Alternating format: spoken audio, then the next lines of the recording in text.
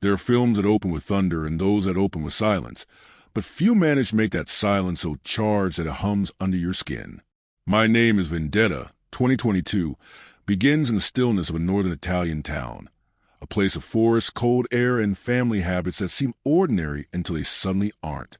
Watching for the first time, I remember feeling that quiet dread, the kind that doesn't shout but waits behind everyday gestures, a father teaching his daughter to drive, a small family dinner, laughter that feels real because it is about to be shattered.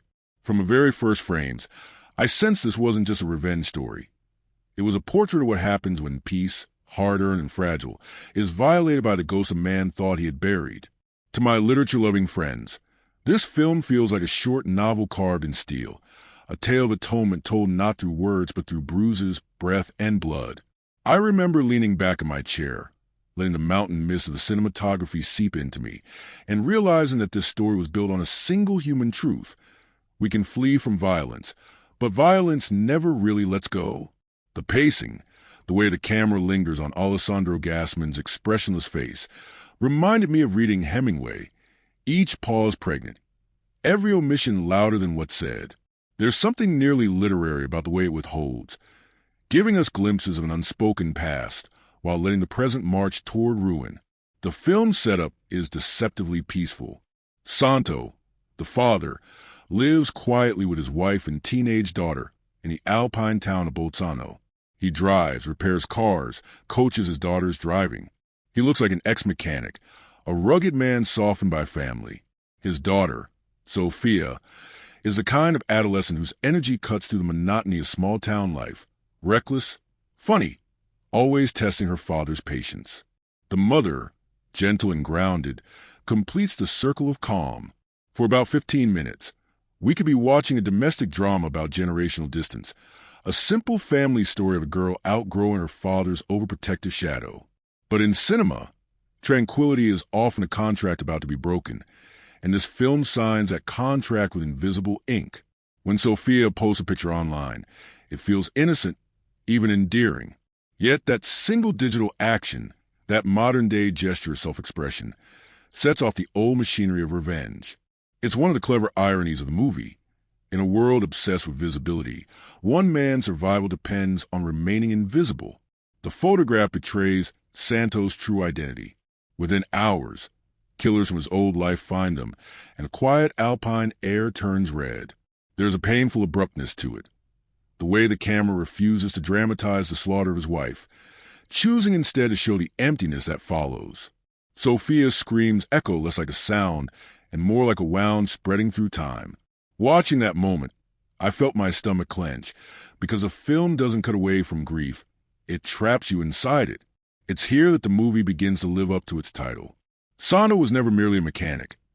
He was once a soldier of the Calabrian Mafia, a ghost of violence named Domenico Franz, thought long dead. And in that reveal lies the central pulse of the story, the collision of past and present, of hidden sin and innocent youth. I found myself thinking about the old mythic structures, Orestes avenging Agamemnon, Hamlet's restless spirit of vengeance, and how, even centuries later, art keeps circling the same moral abyss. The idea of vendetta in this film isn't just physical retaliation. It's an inherited disease, passed from father to daughter, a legacy one never asks for. The first act ends with Santo and Sophia on the run. The car headlights slice through the night. The mountains become walls closing in, and the audience senses a paradox of revenge. To protect what's left, you must destroy everything else. I love how the film refuses to romanticize this pursuit. There's no glamour in Santo's violence, no heroic slow motion. Every blow feels like moral corrosion. The director, Cosimo Gomez, keeps his camera close, using shallow focus and cold light to emphasize confinement. These characters are not liberated by revenge. They are imprisoned by it. What struck me most was the evolution of Sophia. In the beginning, she's impulsive, glued to her phone, giggling through her father's strict driving lessons. By the halfway point of the movie, she's learning how to hold a gun. That metamorphosis happens gradually but believably, anchored by Ginevra Francesconi's performance, which balances terror and resilience. As a teacher of stories, I couldn't help thinking of the archetype of the initiation. Like the coming-of-age rituals and myth, Sophia's growth demands a sacrifice, her innocence. The script mirrors this with small visual echoes. The way she once aimed a camera now replaced by the way she aims a weapon, both acts of focus, both changing the world by capturing or destroying. The beauty of the first half lies in its contrasts. Snow and blood, quiet and chaos, technology and primitive justice. Italy's landscape becomes another character, as if the Alps themselves bear witness to human fury. I remember pausing the film just to admire the shots of pine forests and narrow roads, thinking how rarely modern thrillers allow themselves to breathe. The atmosphere recalls European noir, less about spectacle, more about texture and regret. Even the music feels like it's mourning something irretrievable. At its heart, this story is about how easily love turns to rage when family is threatened. But unlike typical Hollywood revenge fantasies, it never glorifies that transition. The father's violence doesn't redeem him. It exposes the rot beneath survival. He trains his daughter not because he wants her killed, but because he knows she will have to. That grim acceptance is what makes the movie resonate beyond its genre. It asks, what happens when protection becomes corruption? When the act of saving someone requires infecting them with the same darkness that destroyed you? As the chase unfolds, there's a sense of fatalism, each scene propelled by inevitability rather than choice. Watching it, I felt the same melancholy one gets from reading Greek tragedy or Dostoevsky's moral labyrinths. People crushed not by external forces, but by their own nature. Sano can't escape his past because the past lives inside him. Sophia can't return to innocence because vengeance demands metamorphosis. In a way, both are reborn, but the rebirth costs them their souls. The film's pacing deserves mention. It's brisk yet never rushed. The first act builds tension like winding a spring, and every decision, every gun loaded, every door locked, feels like a line of poetry written in haste. There's a realism to the violence, brief, brutal, and consequential. I notice how the cinematography prefers close-quarters framing, forcing us into the character's personal space, so we feel complicit. The camera doesn't flinch, and neither does the story. When the title finally asserts itself, My Name is Vendetta, it's less a boast and more an epitaph. The phrase sounds like a curse a man pronounces upon himself. By then, you understand that names in this universe aren't about identity. They're about destiny. Sano takes back his real name not to live but to die properly on his own terms. It's a chilling inversion of redemption narratives. In some strange way, it reminded me of Shakespeare's line from Julius Caesar, "Cry havoc and let slip the dogs of war." Here, the dogs have already been unleashed. The only question is who will survive their own rage. As the first half closes, the father and daughter are fugitives in a moral wilderness. They find refuge in the ruins of his old connections, and Sophia begins to glimpse the depth of her father's former life. The tenderness between them, buried beneath command and obedience, surfaces in fleeting moments, a shared glance, a silent meal. Those moments keep the movie human. Without them, it would collapse under its own darkness.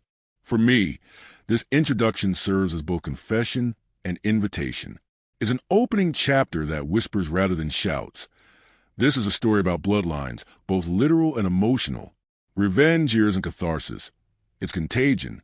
And yet, we watch because there's something hauntingly relatable about it. The idea that every parent hides parts of their story to protect their child, and that sometimes those secrets, once revealed, become the child's inheritance. As the lights dimmed in my room that night, I realized why the film stayed with me. It wasn't the car chases or the violence. It was the silence after each gunshot, the way it forced me to think about what's left when vengeance is done. Maybe that's the truest measure of this movie's success. It doesn't just make you witness revenge. It makes you question it. And somewhere inside that cold Italian landscape, beneath the snow and blood, it plants a single unanswerable thought. When revenge becomes your name, what part of you is left to answer to love? The film opens in a quiet alpine town, framed by tall pine forests and narrow mountain roads that seem to curl endlessly into fog. The kind of place where time feels slower, where every house carries its own small echo of solitude. The very first images of the story aren't about crime or blood, but about routine.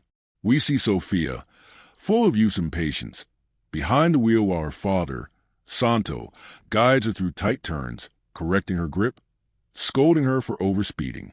Their banter is affectionate. He's protected to the point of stubbornness, and she's rebellious in that tender, adolescent way that still trusts love will forgive everything. These early moments are domestic slices of normal life. Dinners filled with teasing, a mother whose calm voice softens Santo's strict edges, a family whose ordinariness feels almost sacred.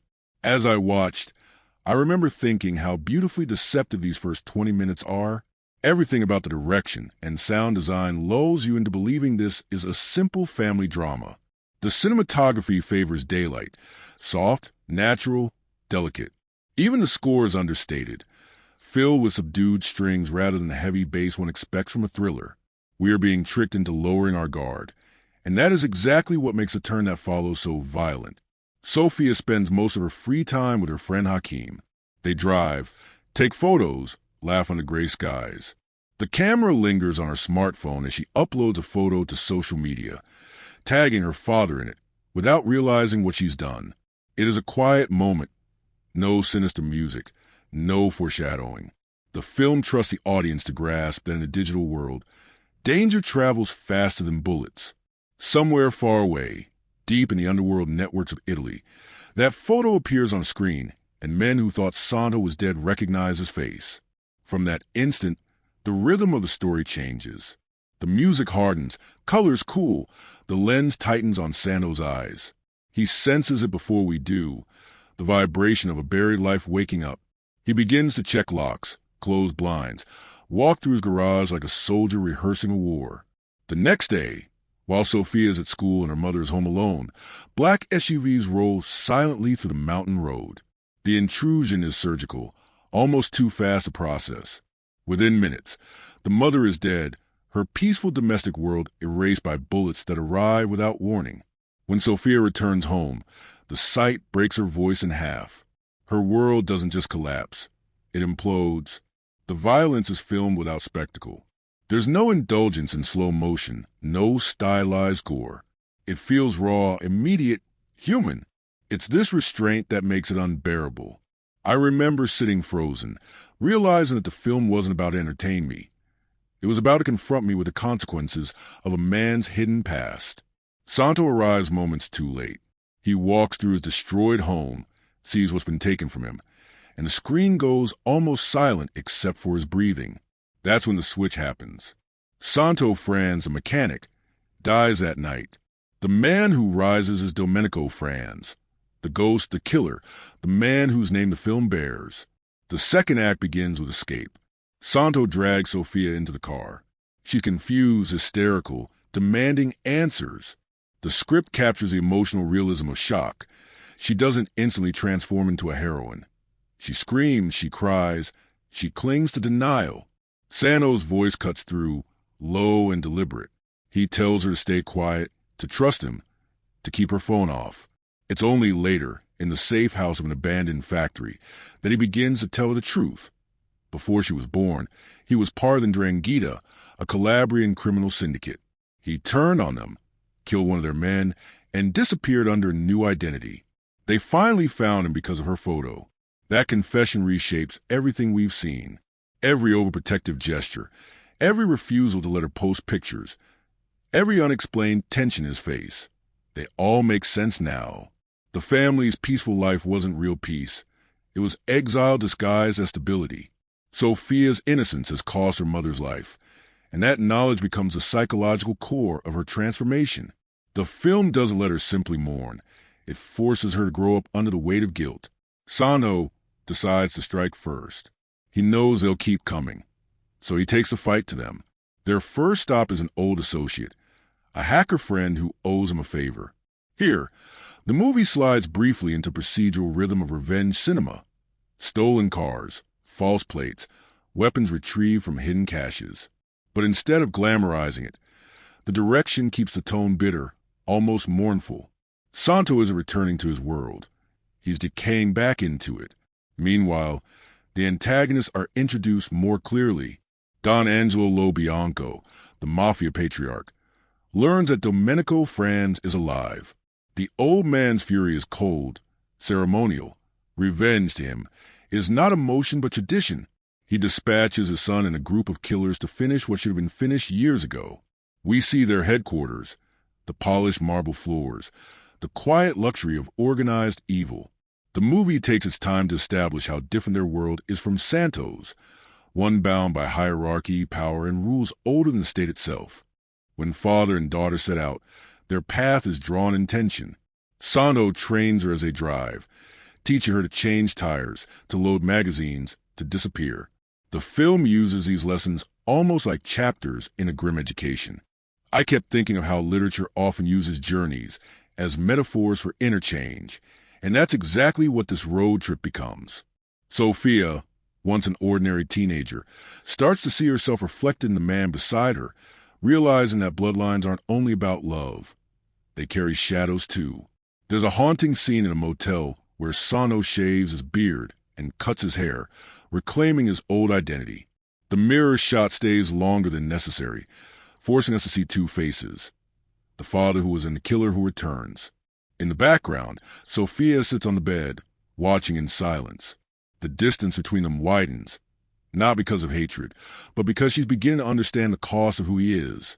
One of the film's most quietly powerful sequences occurs when they visit a safe house once run by Santo's old partner, now an old man living in regret. The reunion is awkward, full of unfinished history. Through their conversation, we glimpse fragments of the past, betrayals, debts, and the one act of vengeance that forced Santo into hiding. The partner warns him that the Lo Bianco clan has grown more ruthless, that revenge will only open an endless loop. Santo listens but doesn't respond. The camera focuses on his hand, clenching the table's edge, veins raised like wires under his skin. Soon after, the hunters find him. A car chase erupts on the narrow roads, filmed with handheld immediacy rather than digital precision. It's chaotic, believable, almost documentary-like. Sophia's fear translates through the camera's shaking.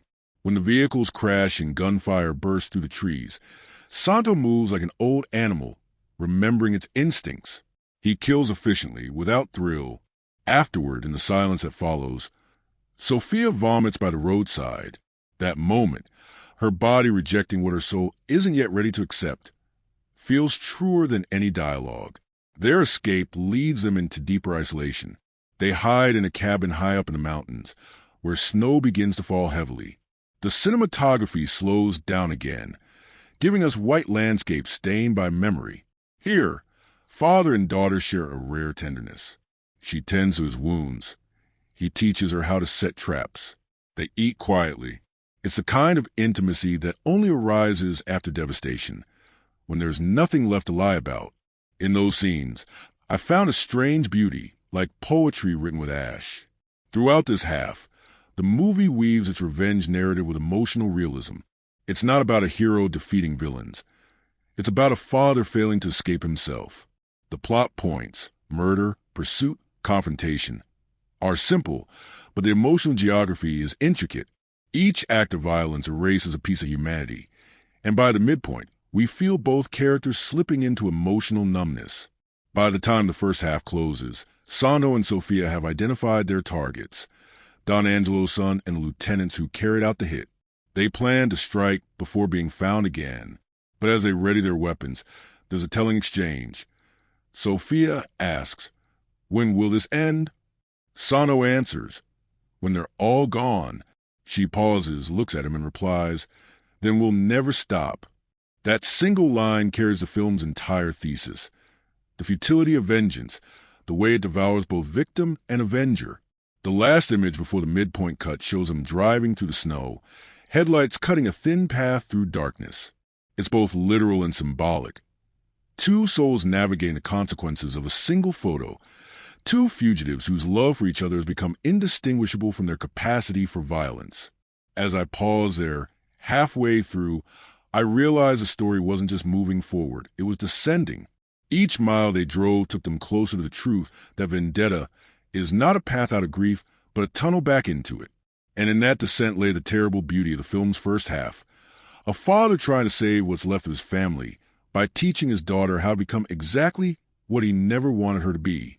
By the time the second half begins, something irreversible has already shifted between father and daughter. The shared silence inside the car no longer feels like fear. It feels like pact. The man who once scolded his daughter for careless driving now hands her the wheel while he checks the gun beside him. Their roles keep folding into each other. She becomes more disciplined, he more desperate. It's as though every mile they drive toward vengeance steals a bit of his humanity and transfers it to her. What was once a family tragedy becomes an apprenticeship in survival.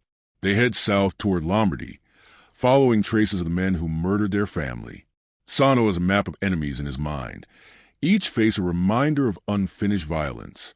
The cinematography remains muted, cold blues and faded grays, mirroring the exhaustion creeping into both of them. The film's genius lies in how it refuses to let revenge feel victorious. Every success comes at a cost that feels heavier than the previous loss. The first target is one of Don Angelo's lieutenants, a man named Michel.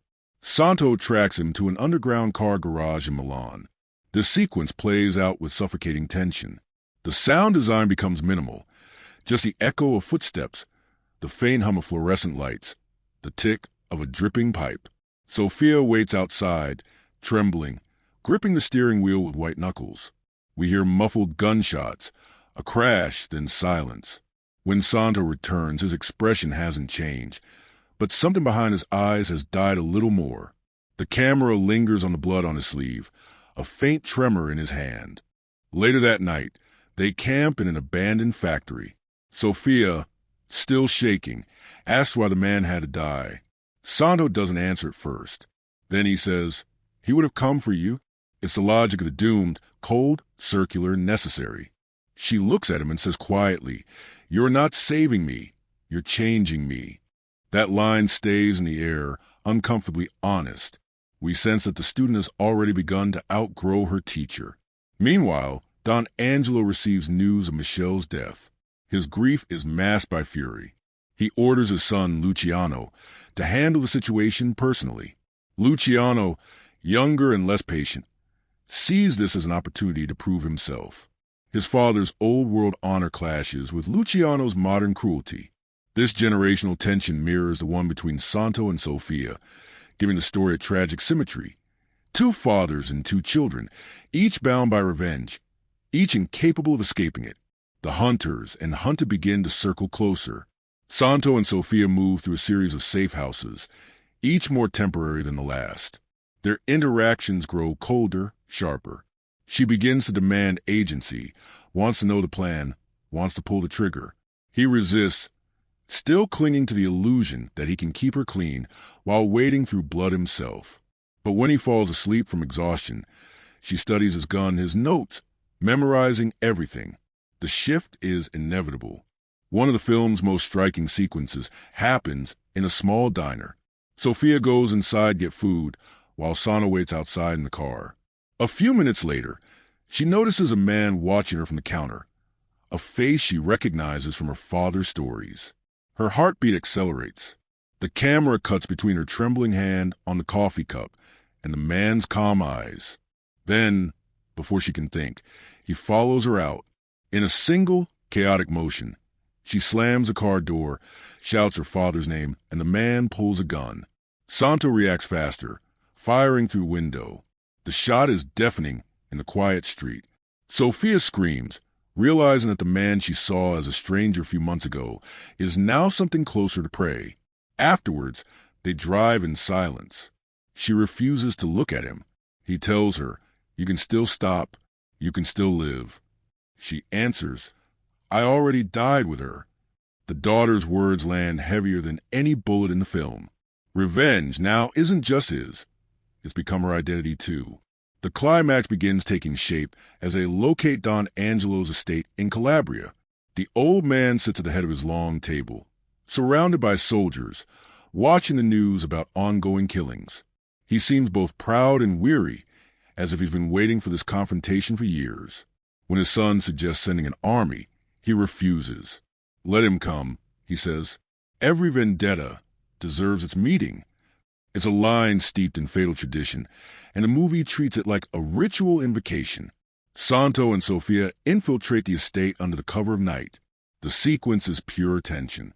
The lights flicker, rain starts falling, and the editing slows to heartbeat rhythm.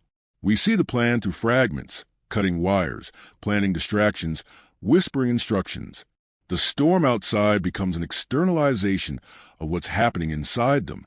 When the fighting starts, it's not heroic. It's chaotic, close range, hand to hand.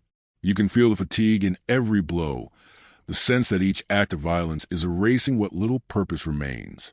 At one point, Luciano corners Sophia. He mocks her, calling her the daughter of a ghost. She hesitates only a second before stabbing him. The moment is quick, instinctive, and horrifying.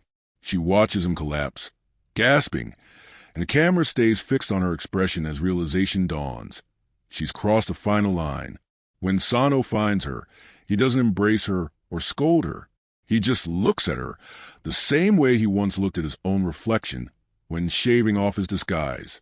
2 generations, now both damned by the same vendetta. The final confrontation between Santo and Don Angelo unfolds like a duel between history and regret. The old mafia boss, seated, doesn't reach for a gun. He tells Santo that revenge changes nothing, that both of them have already lost. Santo listens, his gun trembling slightly.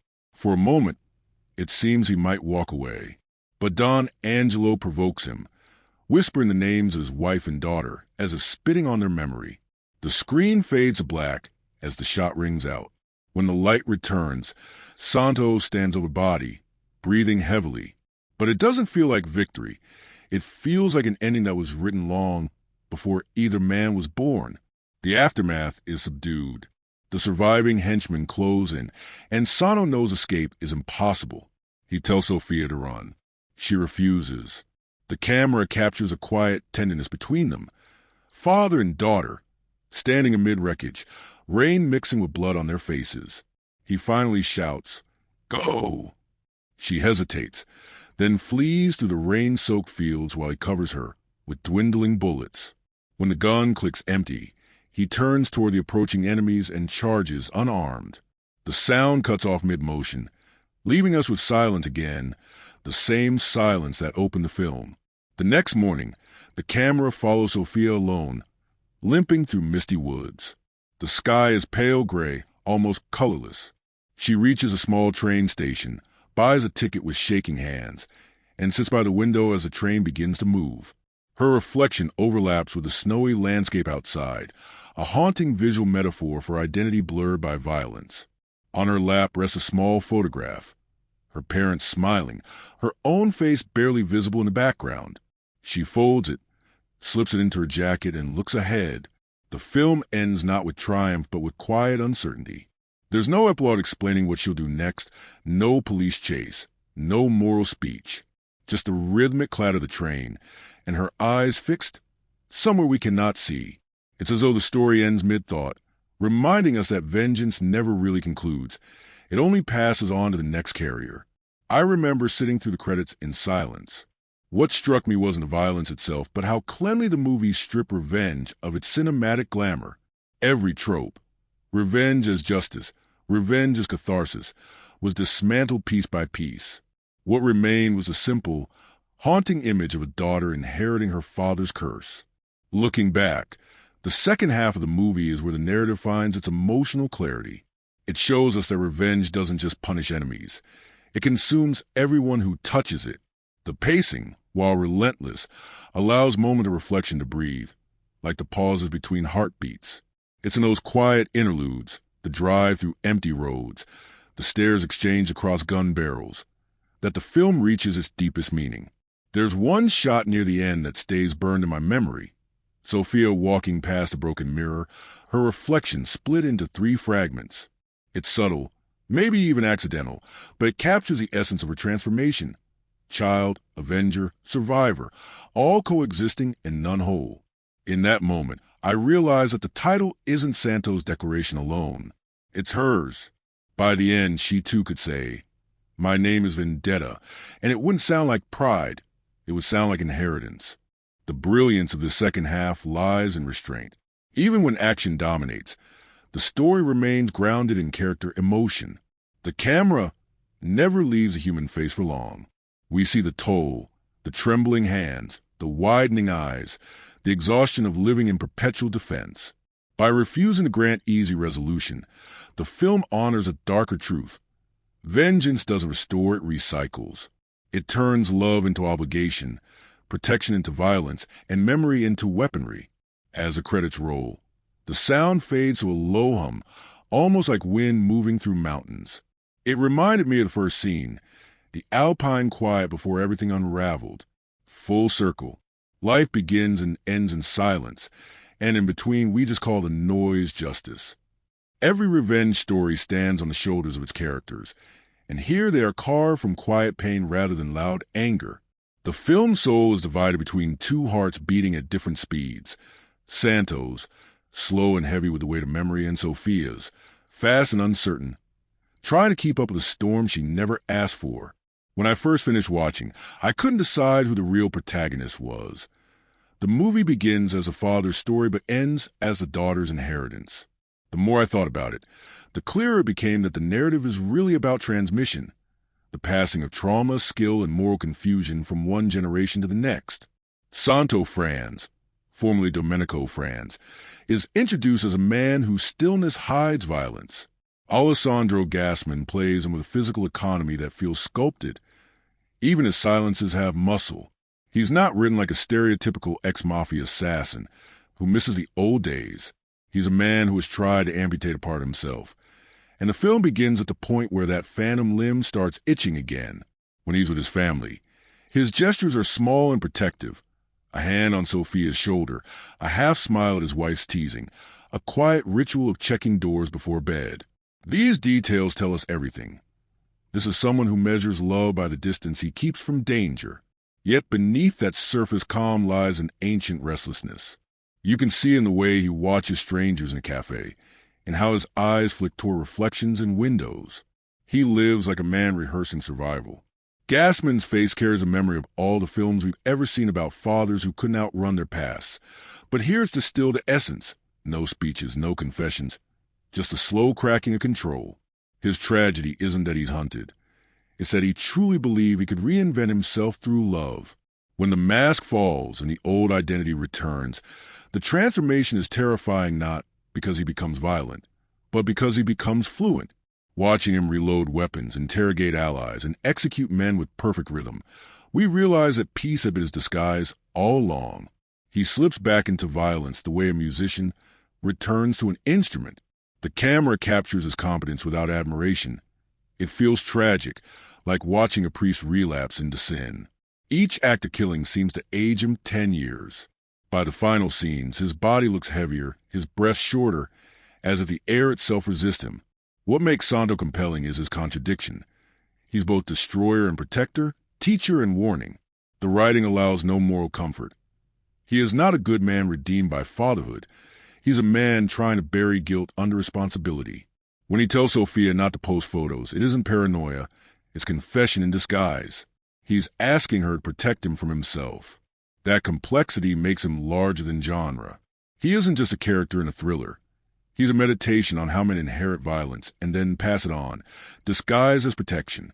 Sophia, on the other hand, begins as a beam of modern life, funny, impulsive, and restless. Ginevra Francesconi plays her without vanity. She's not the polished teenage rebel we usually see on screen. Her energy feels real, impatient, occasionally selfish, full of the confidence of a girl who's never seen death. Her relationship with her father is defined by irritation softened by affection.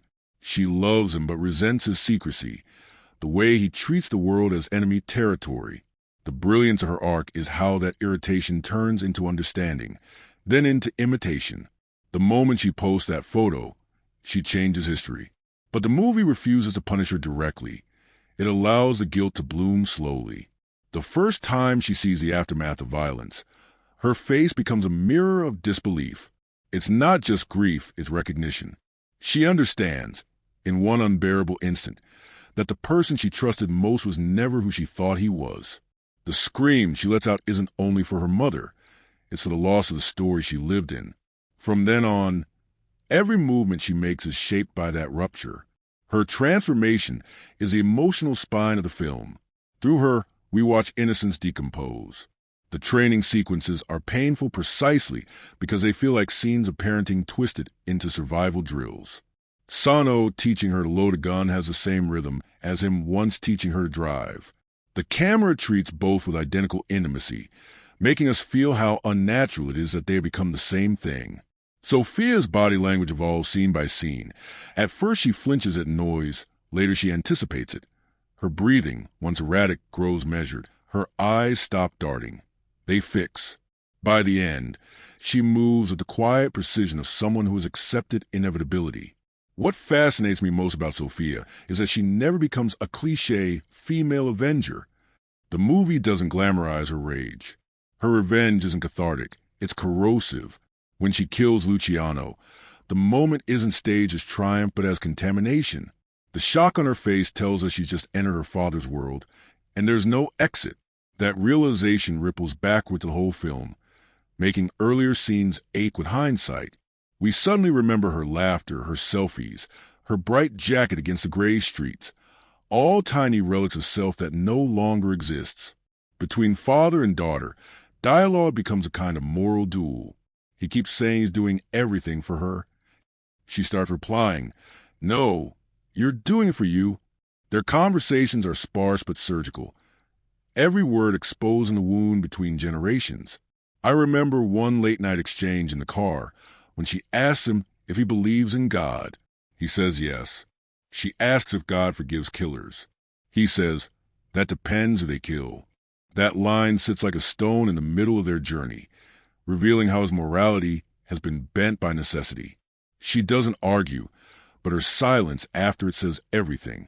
She's learning the rules of his world only to eventually question them. Gassmann and Francesconi share a chemistry that feels less like acting and more like spiritual exhaustion intertwining. Their relationship reminded me of the dynamic between Lyon and Matilda and Lyon. The professional, except stripped of sentimentality. There's love here, but it's the desperate kind that blooms in catastrophe. Watching them share food after escaping a shootout, I thought of all the fathers who try to raise their children to be better than themselves, but end up teaching them survival instead of virtue. Then there's Don Angelo Lo Bianco, the antagonist, who operates on a different emotional frequency. Remo Girone plays him with the calm of a man who has seen too many vendettas to be surprised by another. He's almost mythic, less a person than the embodiment of generational revenge. The film doesn't waste time making him monstrous. It makes him ancient. His scenes are lit in warmer tones, gold mahogany, candlelight, contrasting the cold blue palette around Santo. It's as if he lives in the past, while Santo hides in the present. Don Angelo's code of honor gives the story its tragic symmetry. Both men are relics of the same ideology, both governed by pride disguised as justice. When he finally confronts Santo, their conversation feels like two ghosts arguing over who deserves to disappear first. Luciano, his son, functions as the mirror opposite Sophia, a younger generation inheriting cruelty instead of fear. Where she learns morality through pain, he learns dominance through privilege. His arrogance is performative, a modernized version of old brutality, fueled by ego and social media rather than tradition. Their encounter brings the film's central question into focus. When violence becomes hereditary, can any generation break the pattern, or are they all doomed to replay their parents' wars? Even the minor characters serve symbolic roles. Sando's old partner, for example, embodies regret, the life that could have been. The hacker friend represents the modern world's neutrality. Technology as neither good nor evil, merely efficient. Each secondary figure illuminates a facet of Santo's decay or Sophia's evolution. None of them linger long, but each leaves an emotional residue. What binds all these characters together is the absence of forgiveness. Every interaction, no matter how tender, carries a shadow of what's been done. When I think of Santo and Sophia sitting silently in the cabin, I see not father and daughter, but two soldiers waiting for dawn, knowing that love no longer equals safety. Their bond transforms from biological to existential. They're the only two people who understand each other's nightmares. From a literary perspective, these characters function almost allegorically. Santo represents a past that refuses to die. Sophia, the future force to remember. Don Angelo, the tradition that demands blood. And Luciano, the present that confuses cruelty with strength. Together they form a closed loop, a system with no moral exit. The movie doesn't allow any of them redemption, because redemption would break the logic of vendetta. In that sense, the film becomes a meditation on determinism, people behaving exactly as their world has programmed them to. And yet, despite all the inevitability, moments of tenderness flicker. When Sano tends to Sophia's bruised hands, when she covers her with a blanket while he sleeps, when he whispers, "I'm sorry," and she pretends not to hear, these tiny gestures carry more emotional weight than any explosion could. They remind us that within even the most damaged souls, love keeps trying to resurface. By the end, what fascinates me is not who lives or dies, but who changes. Sophia's final stare on the train is not the face of vengeance satisfied. It's the face of awareness. She's realized that justice achieved through violence is indistinguishable from repetition. The strength in her eyes isn't pride. It's exhaustion mixed with comprehension. Santo's death frees her physically but binds her morally. She carries his memory like a loaded weapon she can never discard. Character by character, the film constructs a moral equation where every act of love demands payment in blood, and every act of vengeance reveals a capacity for tenderness that caused it in the first place. That paradox is what keeps the story from collapsing into nihilism. These aren't monsters killing monsters. They're humans trying to rewrite fate, and failing beautifully. When I think back to the title again, My Name is Vendetta, I realize it refers less to identity than to infection. Each of these characters contracts revenge like a virus, passed through families, mutated by time, disguised as duty. By the final scene, we understand that names in this world don't describe who you are. They describe what you survived. Some movies hide their strangeness behind violence, but this one carries it quietly, like a secret folded inside an ordinary object. When I started reading about My Name is Vendetta after the credits rolled, I discovered that almost everything about it, its conception, its casting, even the way it was filmed, had a faintly uncanny undercurrent. The strangeness wasn't supernatural. It was a subtle, human kind that sits between art and accident. The first strange fact is how ordinary the production looked from the outside. It was a modest Italian Netflix project, shot mostly in Bolzano and Milan, without the fanfare of international promotion. Yet within weeks of its release in 2022, it became one of the platform's most watched non-English thrillers, climbing charts across countries that could barely pronounce its title. There was something inexplicable about that success. The plot wasn't new, the marketing minimal, the cast familiar only to Italian audiences. And still, word of mouth spread like rumor. Perhaps because, in a world saturated with polished American revenge fantasies, this film felt raw, regional, believable. The strangeness lay in its honesty. People weren't watching it for violence but through it, to feel something primitive that global cinema had long sanitized. Another oddity.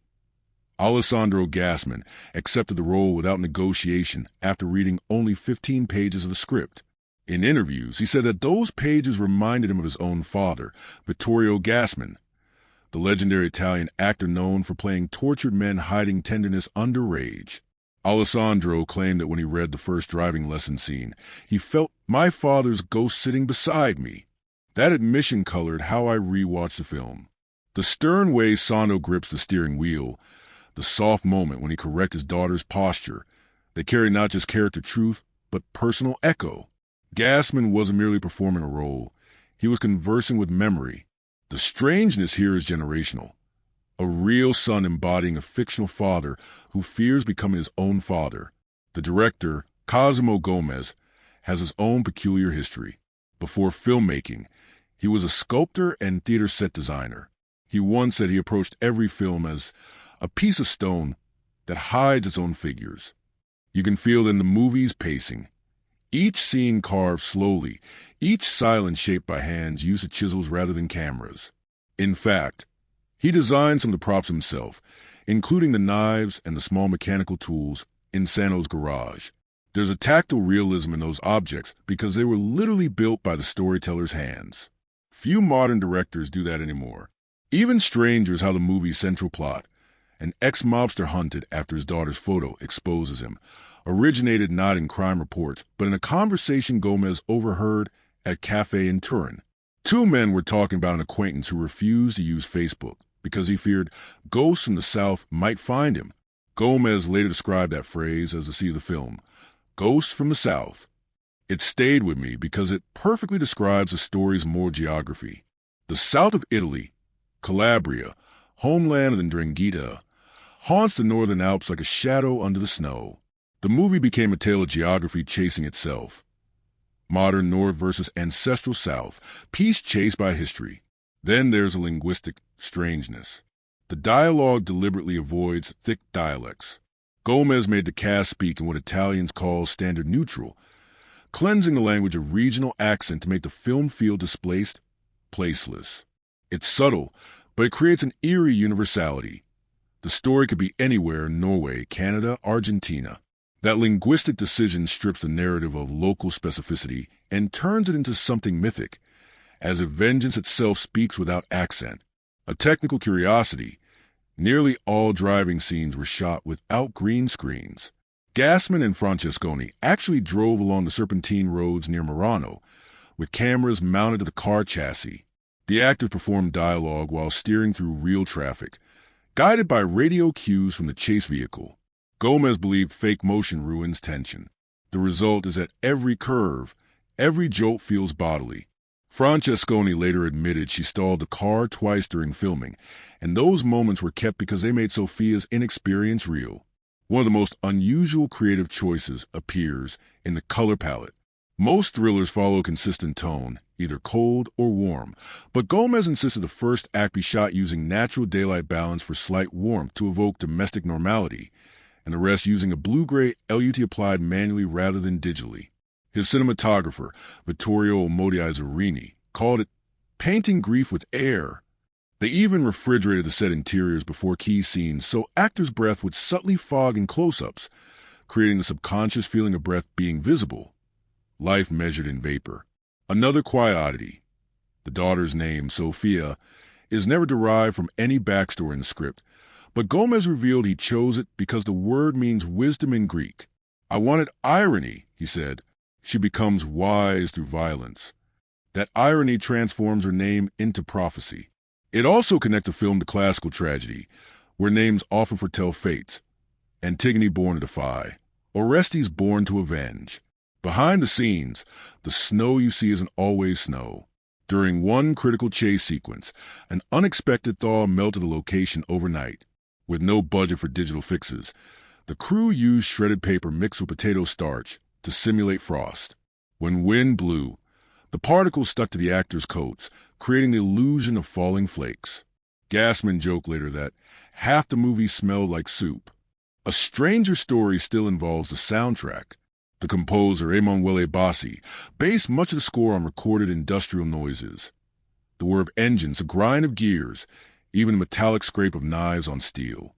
He slowed and layered these sounds into minor key drones. That's why the score feels half mechanical, half emotional, like memory disguised as machinery.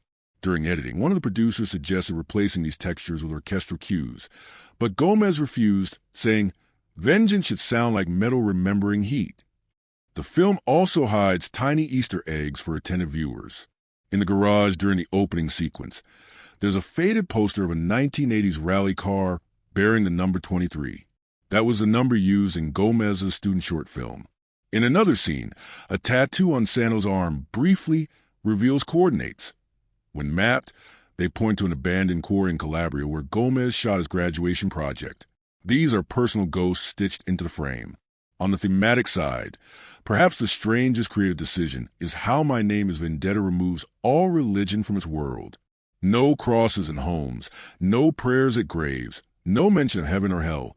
Remarkably unusual for an Italian film steeped in Catholic culture. Gomez said he wanted revenge to exist in a godless silence. That absence becomes its own theology. When Sano says, "I'll take care of it," it sounds less like a promise to his daughter and more like a substitute for prayer, a man talking to the void. Even the editing hides curiosities. The average shot length in the domestic first act is around 6 seconds after the mother's death. It drops to 2.7 seconds. But in the final 10 minutes, it rises again to nearly 5. Gomez said the rhythm mimics heartbeat variability, normal, then racing, then slowing toward death. Most viewers won't measure that, but the body senses it. I love that detail. Editing not as style, but as biology. Perhaps the strangest coincidence occurred after release. Viewers discovered that a real ex-Ndrangheta member living under witness protection in northern Italy had been tracked down months earlier because his son posted a photo online. The timing eerily mirrored the movie's premise. Journalists wrote pieces calling the film prophetic, though Gomez insisted it was pure coincidence. Still, that parallel made the story feel almost documentary, life imitating art's warning. Even stranger, the audience responses. On social media, many Italian fathers posted photos with their daughters captioned, "I ho mio nome vendetta," half joking, half proud. It became an odd cultural meme, a slogan protecting masculinity, completely opposite to the film's tragic message. I remember thinking how irony survives everything. A movie condemning violence turned into a badge of it. There's also an eerie production rumor that circulated among crew members. During night shoots in the mountain forest, generators kept shutting off precisely at 3:03 a.m. 3 nights in a row. The electrician swore it wasn't power failure. The gauges showed full voltage. Gomez, superstitious from his theater days, called for a break and performed a small ritual, lighting a candle in the shape of a cross made from matchsticks. After that, the machines worked normally. No one ever explained it. Gassmann later joked that the ghosts from the South found us first. Another peculiarity involves a father-daughter training montage. The filmmakers originally planned to use upbeat background music to contrast violence with innocence, but during test screenings, audiences laughed at the absurdity. Gomez scrapped the music entirely, letting the sounds of loading magazines and breathing carry the rhythm. That decision turned what could have been cliché into one of the film's most chilling sequences. Sometimes strangeness arises from what's removed. And then there's the ending's ambiguity. Early drafts reportedly ended with both dying, but Netflix executives requested hope. Gomez resisted but eventually added the train station scene. He later confessed that he still considers the movie unfinished, that in his mind, Sophia doesn't get on the train. She walks back. That thought unsettled me. It means that somewhere in the director's imagination, the circle never closed. For fans of detail, there's also the curious matter to the number of kills. Santo executes exactly 7 men on screen. In Italian superstition, 7 is both lucky and cursed. It represents completion and divine retribution. The production designer marked each killing with a subtle visual motif, a single vertical line hidden in the background, streetlight, pipe, tree, trunk, symbolizing tally marks of fate. Watch closely and you'll see them. Another subtle layer. The movie was partly financed by the Trentino Tourism Board, which meant local authorities required that at least some scenic beauty shots remain unaltered. The crew used those as ironic contrasts. Breathtaking mountain behind moral decay. It's strange to think government funds for promoting serenity helped craft a film about violence's inevitability. But perhaps the most haunting fact lies off-screen. During editing, Gassmann lost his own mother. He recorded his ADR voiceover lines the same week of her funeral. When asked later how he managed the emotion in Santo's final moments, he said, "I didn't act. I just spoke to someone I'd lost." Knowing that redefines the last scenes, his whisper, "Go," to Sophia feels like a farewell spoken through real grief. All these small irregularities, linguistic choices, whether mishaps, personal echoes, coincidences, accumulate into a mosaic of strangeness that makes the film feel more lived and constructed. It's as if reality kept bleeding into fiction, refusing to stay outside the frame. When I step back, I realize that the strangest thing of all is how a straightforward revenge thriller turned into a mirror for collective anxiety. Fear of surveillance, erosion of privacy, the digital resurrection of past sins. The plot hinges on one photograph, one upload, a reminder that in our era, vengeance doesn't need bullets. It needs visibility. That quiet, modern terror is what lingers. And maybe that's the ultimate oddity, a story about killing that ends up warning us about showing. A thriller that pretends to belong to genre cinema, but secretly behaves like folklore, passing down warnings in the language of suspense. When a small Italian film shot with paper snow and handmade knives can do that, can reach strangers across continents and make them feel their own past stirring, you realize strangeness isn't an accident of art. It's the proof that art is still alive. When critics first met My Name Is Vendetta, their reaction split cleanly down the middle, as if the film itself had provoked a duel. Some dismissed it as a familiar revenge template in Italian clothes, while others defended it as a raw reclamation of moral storytelling in an age addicted to irony. But over time, the conversation changed. The more audiences watched it, not a spectacle but as emotional archaeology, the more the film started to attract the kind of scrutiny normally reserved for literary texts. It became less about whether it was original and more about what it revealed. And in those layers of revelation, every critic seemed to find their own reflection. The first major wave of responses came from Italian reviewers who saw the film as a commentary on the uneasy coexistence of modern Italy and its criminal past. One critic from La Repubblica wrote that the movie moves revenge from Naples to the Alps to show that the mafia never needed geography. It only needed memory. That single sentence captured what I had felt intuitively while watching. The violence isn't spatial, it's hereditary. By relocating a Southern vendetta narrative into pristine North, the director turned moral corruption into a kind of migration story. The past, like economic migrants before it, has traveled north in search of new hosts. Cultural historians later drew parallels between that idea and post-industrial Italian identity. The notion that crime, like commerce, globalizes. Outside Italy, early English language reviews treated the film as a curiosity, an efficient thriller elevated by seriousness. But as essays began appearing on smaller academic blogs, critics started peeling away its philosophical skin. They noticed how the movie quietly rewrites two dominant Western myths, the redemption arc and the righteous avenger. Hollywood has long promised that revenge purifies, that by punishing evil the hero restores balance. Gomez's film dismantles that comfort. Here, vengeance produces not closure but lineage. Every act of justice births its next victim. In that way, scholars compare the film to ancient tragedy more than to action cinema. One essay even called it the Oedipus of streaming thrillers, a story where the crime solved and the self-discovered are the same thing. Film theorists obsessed with moral structure pointed out that the narrative obeys what philosopher Paul Ricoeur once described as the hermeneutics of suspicion, a story that teaches viewers to distrust every motive, even compassion. Santo's tenderness hides guilt. Sophia's courage hides indoctrination. Don Angelo's civility hides barbarity. By layering sincerity over manipulation, the film forces audiences to question their own empathy. When do we start rooting for killer? At what point does protection become possession? These questions echoed through classroom discussions and podcast debates months after release. Another branch of criticism approached the film through a feminist lens, focusing on Sophia's arc as both empowerment and entrapment. Some writers praised her transformation from passive daughter to active survivor, seeing it as a metaphor for women reclaiming agency in patriarchal worlds of male violence. Others disagreed, arguing that her empowerment remains conditional. It exists only within the rules her father creates. She inherits power, not freedom. A scholar from the University of Bologna described Sophia as a woman trained to perpetuate the very logic that erased her mother. That paradox kept critics divided, but also ensured the film stayed alive in discourse. Then came the genre specialists. They situated My Name Is Vendetta within the lineage of European neo-noir. Films that blend realism with fatalism, domestic spaces with moral decay. Comparisons emerged with Jacques Audiard's A Prophet, Matteo Garonne's Gomorrah, and even Scandinavian revenge dramas like Headhunters.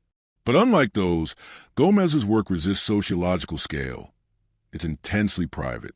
Where Gomorrah dissects a community, Vendetta isolates a household. That narrowing of focus impressed critics who saw in it a return to what Italian neo-realism once promised, the epic contained within ordinary lives. Cinematographers and editors also weighed in. Trade magazines highlighted how the film's look rejects the digital polish of modern streaming thrillers. Instead of hyper-contrast grading in neon color, it favors overcast skies, real shadows, and lens dirt. A reviewer for Cahiers du Cinema wrote that the movie dares to look uncinematic in order to feel human. This visual humility aligned with a broader critical movement, the fatigue with algorithm-engineered slickness. In that sense, the film's very modesty became its rebellion. A particularly striking critical event unfolded at the Torino Film Festival, where a panel discussion on post-COVID European cinema unexpectedly turned into a debate about My Name is Vendetta. One professor argued that the film's obsession with hidden identities mirrored pandemic life. People locked indoors, defined by screens, hunted by invisible threats. Another countered that it wasn't about quarantine at all, but about inherited guilt, a theme Italians have wrestled with since the war. The audience reportedly applauded both sides, perhaps because the film accommodates both readings. That's the mark of layered storytelling. It becomes a Rorschach test for collective anxieties. Across social media, critics and viewers coined the phrase vendetta fatigue, describing the emotional heaviness the movie leaves behind. Unlike adrenaline thrillers that end in release, this one ends in depletion. Psychologists writing for La Stampa even analyzed viewer comments to show how many describe physical exhaustion after watching, a minor but fascinating cultural footnote. They linked it to mirror neuron empathy. The camera's claustrophobic realism forces the audience's body to imitate trauma. It's strange when neuroscience joins film criticism, yet it felt apt. The movie works less on intellect and more on nervous system. In the academic journal Screen, an article by Marta Silvestri reframed the film as a political allegory. She argued that Sano's fear of being discovered by an algorithm after years of anonymity represents Italy's struggle with digital transparency, the clash between an old culture of secrecy and a new age of exposure. Her reading transformed the daughter's innocent selfie into a national metaphor, the young generation revealing what the old tried to bury. I love that interpretation because it extends a revenge motif into sociology, an old world punished by its own children's visibility. At smaller festivals, post-screening Q&As revealed another pattern. Audiences kept asking the director if the story was based on truth. Gomez always replied, "I wish it wasn't, but it is." He wasn't referring to specific events, but to a collective psychology, the Italian South's myth of honor and the North's illusion of innocence. This dialogue between regions became a recurring topic in cultural reviews, with some writers calling the movie the first digital age tragedy of Italian unification. That phrase may sound academic, but it captures something profound, how national identity itself can feel like a vendetta between past and present. Critics also found elegance in the film's use of silence. Sound designers spoke about how they left long spaces between dialogue, forcing viewers to confront their own anticipation. A critic in The Guardian wrote that the film listens to its characters more than they speak. That listening quality, the restraint, won admiration from older European reviewers who miss patience in modern storytelling. Some even linked Gomez's minimalism to Bresson's spiritual austerity, claiming the film operates as a secular meditation on sin. That's an extraordinary leap for a Netflix thriller, but it shows how critics sometimes see grace hiding in grime. When award season arrived, My Name is Vendetta wasn't showered with trophies, yet it appeared in unexpected categories. Sound design nominations in Italy, editing mentions in France, and best streaming feature nods from small critics guilds. These events may sound modest, but for a genre piece made on limited funds, they marked recognition of craft. The true award, though, was endurance. Months after release, it stayed in Netflix's algorithmic top 10 in Italy, quietly outliving flashier blockbusters. The critical consensus shifted from lukewarm to reverent, one of those rare cases where time acts as reviewer. A later wave of reflection came from outside Europe. American essayists compared the film's tone to Logan and The Road, grim father-daughter odysseys where protection becomes curse. Asian critics, especially in South Korea and Japan, saw in echoes of their own revenge cinema, but appreciated its moral restraint. One Korean columnist wrote that care revenge celebrates precision, Italian revenge mourns it. That line made me smile. It shows how global audiences read cultural temperament through vengeance. In literary circles, essays began treating the film as a modern parable. Book reviewers who rarely discuss cinema called it a prose poem told through blood. A novelist in Rome claimed that the script's dialogue could be staged as theater with minimal alteration, arguing that its strength lies not in movement but in repetition. The way phrases return like refrains in tragic verse. She noted how Sano's lines shrink as the film progresses, from full sentences to fragments, until he communicates mostly in imperatives. Critics likened this verbal erosion to the loss of humanity itself. On the festival circuit, one small but symbolic event occurred. At the 2023 Crime and Punishment Film Forum in Naples, the audience voted it Most Ethical Thriller. The paradox of that title, Ethical Thriller, sums up the critical fascination. The film delivers action yet condemns action. It gives satisfaction only to expose it as poison. Panelists debated whether such contradictions represent hypocrisy or honesty. Most concluded that they represent maturity, a genre film aware of its own moral bankruptcy, daring to show it. As months turned to years, the conversation shifted from style to legacy. Younger filmmakers began citing My Name Is Vendetta as inspiration for minimalist revenge tales across Europe. Czech and Polish directors mentioned it in interviews as proof that slow violence could still sell on streaming platforms. Italian critics began to speak of a Bolzano school, films set in northern landscapes that hide southern sins. Whether or not such a school truly exists, the phrase shows how one modest project rewrote visual geography. The critical journey also revealed how deeply audiences crave moral seriousness in entertainment. In an age of memes and irony, Vendetta refused a wink. It looked directly at pain and said nothing clever. That sincerity unsettled critics used to postmodern detachment. Some called it naive. Others called it brave. I think it's both. The bravery of simplicity. The courage to mean exactly what you say. And perhaps that is why, months after its release, philosophers of media began quoting it alongside discussions of The Godfather and Taxi Driver, not for grandeur but for ethical continuity. It carries the same question those classics asked. What do we become when we take justice into our own hands? In retrospect, the film's critical history mirrors its narrative arc. At first, dismissed and underestimated. Later, pursued by attention. Finally, redeemed not by awards but by endurance. Even that trajectory feels poetic. The movie lived its own theme of persistence against indifference. It refused to die quietly. Reading through essays, panel transcripts, and audience letters, I realized critics were describing themselves as much as the film. They too live in a world obsessed with revenge. Cultural revenge against boredom, algorithmic revenge against nuance, social media revenge against silence. In defending or attacking this movie, they were fighting their own fatigue with superficiality. That might be the deepest critical event of all, a film forcing critics to remember why criticism exists, to feel morally implicated, not detached. So when I think of My Name Is Vendetta now, I no longer imagine bullets and mountains. I imagine rooms full of critics arguing about guilt, students writing essays about exposure, fathers quietly reevaluating how they protect their daughters. A modest Italian thriller became a small civic ritual of questioning, and that, my literature-loving friends, might be the most meaningful movie event of the last few years. A reminder that stories still have the power to disturb conscience long after the screen goes dark. Behind every frame of My Name Is Vendetta hides a practical story of sweat, constraint, and stubborn faith. The finished film feels sleek and inevitable, but the way it came to life was anything but.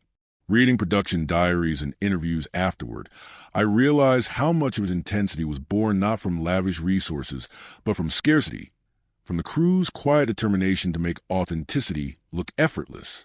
It's the kind of production that feels like an endurance test. Small budgets, freezing weather, real vehicles, an atmosphere that forced everyone to live the movie's tension. The project began almost accidentally. Cosimo Gomez had been writing a crime series for television when Netflix's Italian division asked him for a contained feature that could travel internationally. He pitched 3 ideas. The revenge story was the smallest of them. Executives chose it precisely because it seemed least risky, a straightforward thriller. But Gomez, a sculptor by training, saw in the chance to carve something elemental. The silence of guilt, the echo of inherited violence. During early prep, he told his team, "We won't build a spectacle, we'll build pressure." That line became the production's internal motto, scribbled on call sheets and whiteboards. Pre-production took barely 6 weeks. The crew was compact, fewer than 70 people, including drivers and extras. They shot almost entirely on location in South Tyrol and Lombardy, because Gomez despised studio walls. "You can smell fake walls," he said. The choice created logistical nightmares. unpredictable mountain weather, limited daylight, and access roads so narrow that camera trucks often had to reverse for kilometers. To save fuel and time, generators were dragged uphill by modified snowmobiles. The sound crew wore climbing harnesses to anchor themselves during gusts of alpine wind. Watching the serenity of those snow-covered landscapes now, it's surreal to imagine the chaos surrounding the lens. Casting brought its own kind of adventure. Alessandro Gassmann joined first. Gomez wanted a performer whose reputation could carry both authority and fatigue. Gassmann accepted instantly, telling the director he was tired of playing men who talk. He wanted to play someone who endures. His physical transformation was total. He trained with a retired carabinier for close-quarters combat, learned how to handle pistols one-handed, and spent weeks rehearsing driving scenes to minimize stunt doubles. He insisted on doing at least 80% of his own action shots, partly to give his daughter on screen something real to react to. If she flinches, he said, it should be because she saw me fall. Finding Sophia proved harder. More than 400 young actresses auditioned. Gomez rejected anyone who looked cinematic. He wanted a face that could belong to any high school girl scrolling through Instagram. Ginevra Francesconi impressed him not by acting fierce, but by listening. During her audition, she said almost nothing, simply watching Gomez as he explained the premise. She had that look, he recalled, like she was storing every word for later use. Once cast, she trained with stunt coordinators in Rome, but also spent hours driving mountain roads with Gassmann to develop real father-daughter rhythm. They would argue playfully, get lost intentionally, eat sandwiches in silence. By the first shooting day, their chemistry felt lived in. The shoot lasted 42 days, starting in early winter 2021. Temperatures dropped below -10 degrees Celsius. The production schedule alternated day and night shoots to maximize limited daylight. Crew members remember the first murder sequence being filmed at 3 a.m. inside an unheated chalet.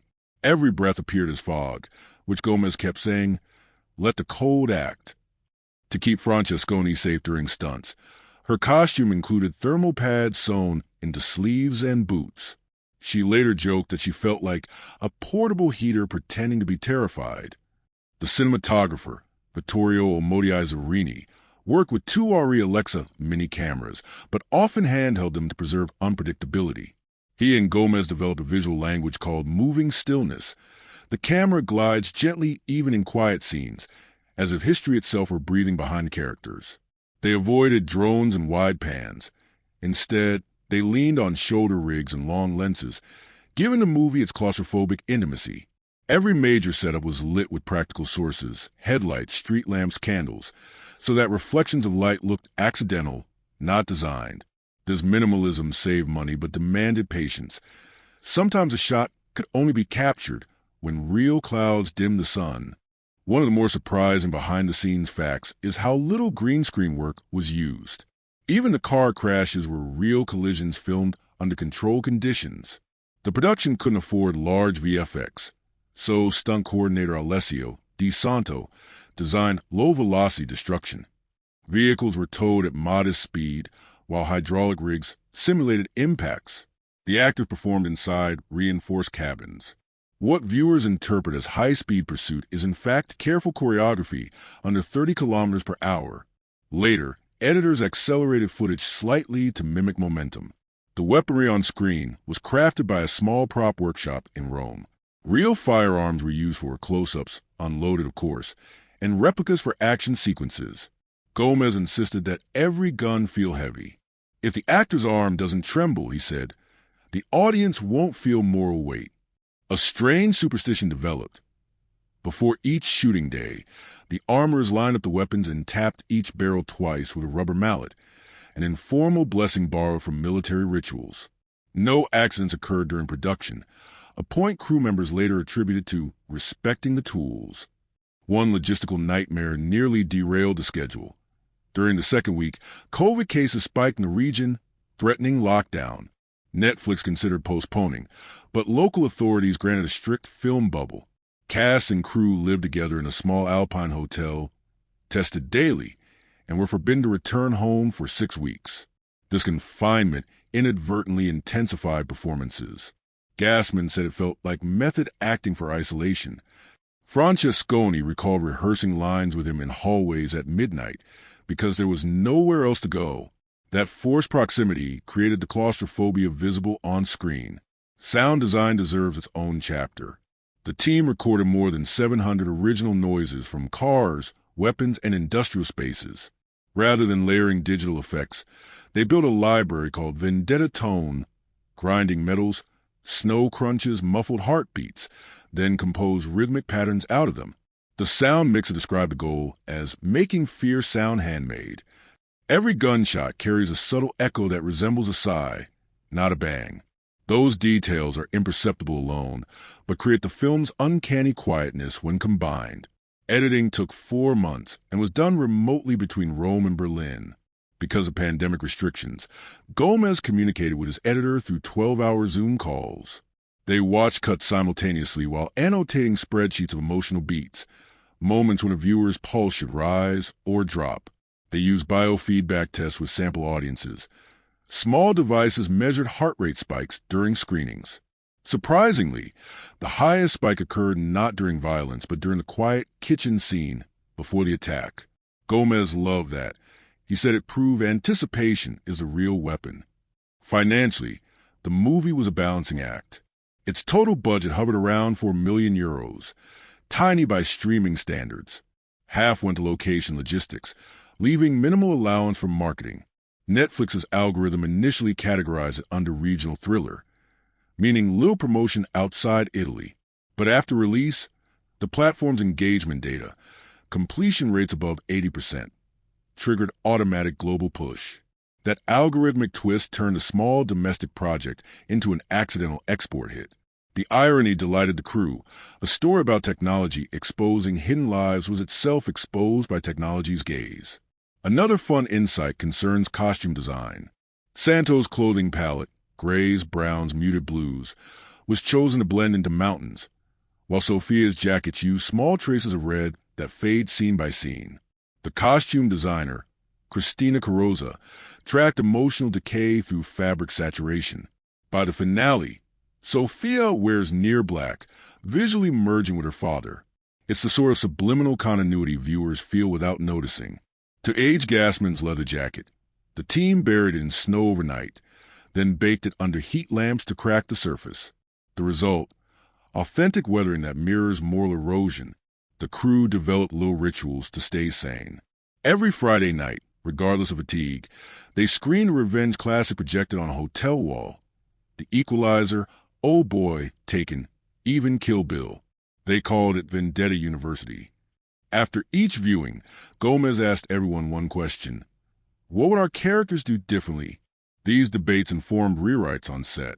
Several pieces of dialogue, especially Sophia's line, "You're changing me," emerged from those late-night discussions. The writing process stayed fluid. Pages were adjusted daily based on weather and emotion. Francesconi later said, "I never read the final script until the last day because it kept breathing." One unexpectedly joyful production fact. The family dog in early scenes belonged to Gomez himself. Its name was Lupo, a gentle shepherd trained for film work. Lupo's calm presence reportedly comforted the crew during tense days. After the dog scenes wrapped, he refused to leave set, sitting beside Gassmann between takes. Even the dog felt vendetta, someone joked. Cultural consultants from Calabria were hired to ensure mafia terminology felt authentic but never romanticized. They advised against overusing dialect words like onorata social or famiglia, arguing that true criminals avoid theatrical language. Their input shaped Don Angelo's dialogue, simple, polite, chilling. The consultants also taught the actors how real mafiosi gesture, subtly with fingers and eyes. Those micro-gestures, barely perceptible nods, controlled pauses, give the villains their eerie calm. The marketing campaign that followed release was microscopic. A single trailer, one poster, no red carpet premiere. Yet within a week of streaming, analytics showed unusual international engagement. Viewers in Germany, Mexico, and Turkey streamed it twice as often as in Italy.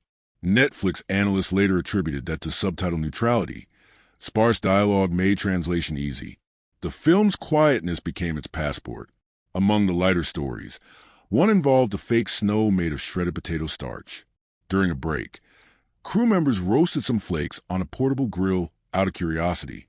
They discovered it actually smelled like mashed potatoes, filling the set with laughter.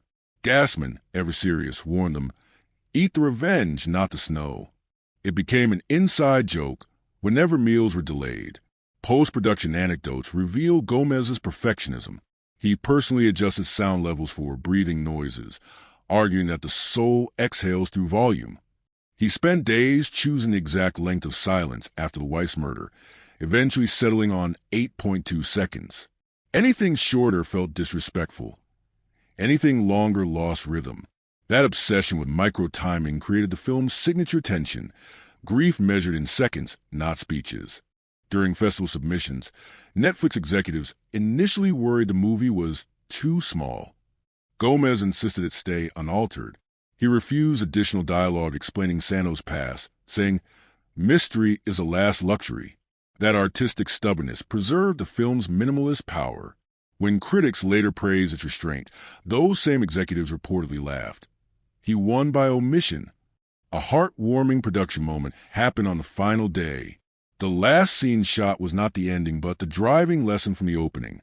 By then, father and daughter on set had lived through every emotional storm. Filming that calm scene again felt circular. As Francesconi drove, she suddenly started crying, saying she didn't want to finish. Gassmann placed his hand on the steering wheel and whispered, "Now you can drive alone." Everyone on set applauded quietly.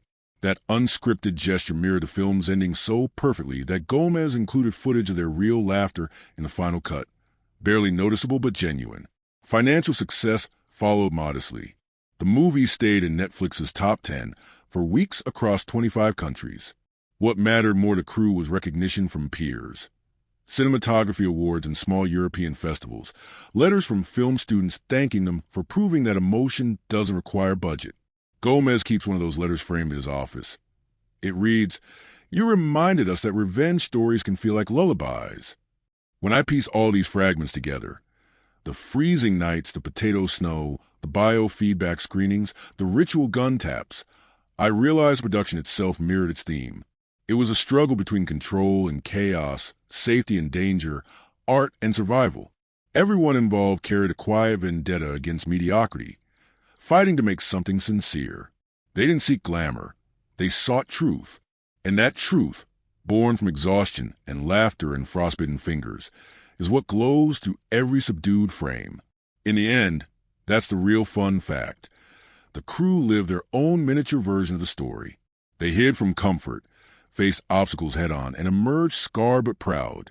The revenge they achieved wasn't against enemies, but against cynicism, the industry belief that sincerity no longer sells. My Name is Vendetta proved that sometimes the smallest production, guided by discipline and strange tenderness, can strike harder than any blockbuster.